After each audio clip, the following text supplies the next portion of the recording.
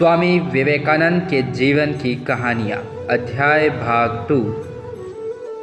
विवेकानंद का जन्म। इस संसार में समय समय पर अनेक महापुरुषों ने जन्म लिया। इन महापुरुषों में स्वामी विवेकानंद का नाम अग्रणी पंक्ति में लिया जाता है। अपने अनेक सामाजिक कार्यों एवं शिक्षा के क्षेत्र में अद्वितीय योगदान के कारण आज स्वामी विवेकानंद संपूर्ण विश्व में उच्च स्थान रखते हैं। 12 जनवरी 1863 को प्रातःकाल में इस महापुरुष ने भारत की पावन धरती पर जन्म लिया। इस समय भारत में ब्रिटिश शासकों की हुकूमत थी और यहाँ के निवासी उनकी गुलामी के लिए मजबूर थे।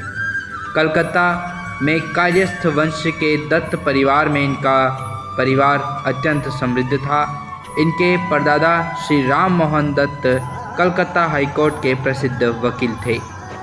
श्री राम मोहन के इकलौते पुत्र दुर्गाचरण भी अच्छे वकील थे, किंतु दुर्गाचरण धनलोलुप न होकर धर्मानुरागी थे। उन्होंने केवल 25 वर्ष की आयु में संन्यास लेकर घर का त्याग कर दिया था। तब उनकी पत्नी की गोद में उनके एकमात्र पुत्र विश्वनाथ थे। उन्होंने भी वयस्क होकर वकालत का पैतृक धंधा अपनाया, लेकिन पारिवारिक परंपरा के अनुसार शास्त्र चर्चा तथा अध्याय के प्रति उनका विशेष अनुराग था। इन्हीं विश्वनाथ की पत्नी भुवनेश्वरी देवी ने स्वामी विवेकानंद जैसे महापुरुष को जन्म दिया। इनके बचपन का नाम नरेंद्र नाथ था, किंतु इनकी माँ इन्हें वरीश्वर कहकर बुलाती थी। नरेंद्र के जन्म से पूर्व भुवनेश्वरी देवी ने 2 पुत्रियों को जन्म दिया था। बेटे का मुंह देखने की उनके मन में बहुत अभिलाषा थी। पुत्र कामना से वे एक दिन इतनी ध्यानमग्न हुई कि उन्होंने साक्षात महादेव के दर्शन किए। उन्होंने देखा भगवान शिव शिशु के रूप में उनकी गोद में आ बैठे हैं।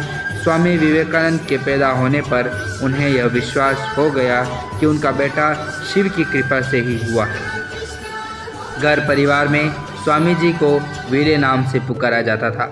नरेंद्र के बाद उनके 2 भाई तथा 2 बहनें हुई।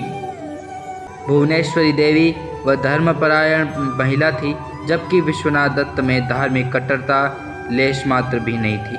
नरेंद्र का स्वभाव भी ऐसा ही था।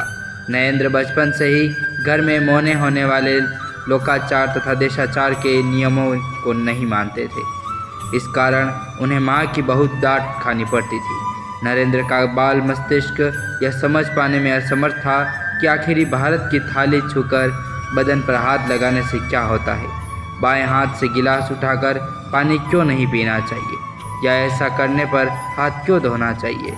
जब कभी नरेंद्र अपने मस्तिष्क में उठाते हुए प्रश्नों के उत्तर अपनी माँ से जानना चाहते थे तो वे संतोषजनक जवाब नहीं दे पाती। ऐसे में नरेंद्र लोकाचार का उल्लंघन करके देखते कि आखिर इसमें क्या होता है।